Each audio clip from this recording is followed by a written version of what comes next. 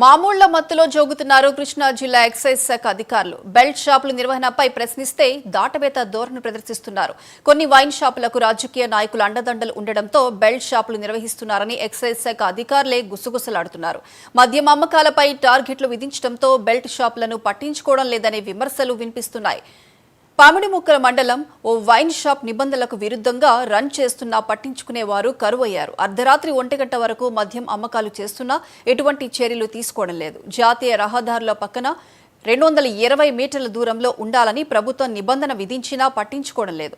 Wine షాపులపై ఎటువంటి చర్యలు తీసుకోకపోగా పొంతనలేని సమాధానం చెబుతున్నారు. జిల్లా కలెక్టర్ తక్షణమే జోక్యం చేసుకోవాలని కోరుతున్నారు.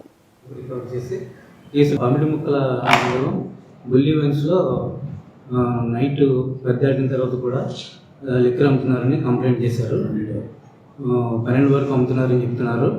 అది మేము చెక్ చేసి అటువంటి ఏమన్నా ఉంటే రూల్స్ వ్యతిరేకంగా జరిగి ఏమన్నా ఉంటే వెంటనే కేసు బుక్ చేయమని సీఏ గారికి చెప్పి యాక్షన్ తీసుకుంటాం.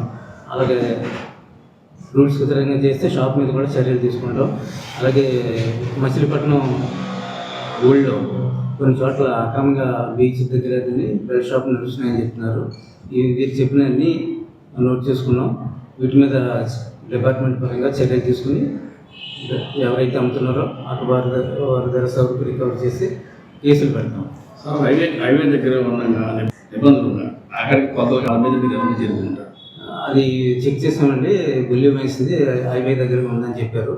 అది రూల్స్ ప్రకారం ఉంది. కలెక్టర్ గారికి రిపోర్ట్ కూడా ఇచ్చాం.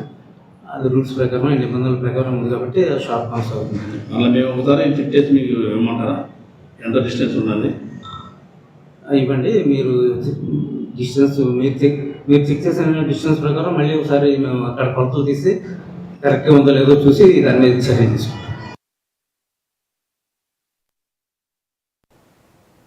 నాగోల్ పోలీస్ స్టేషన్లో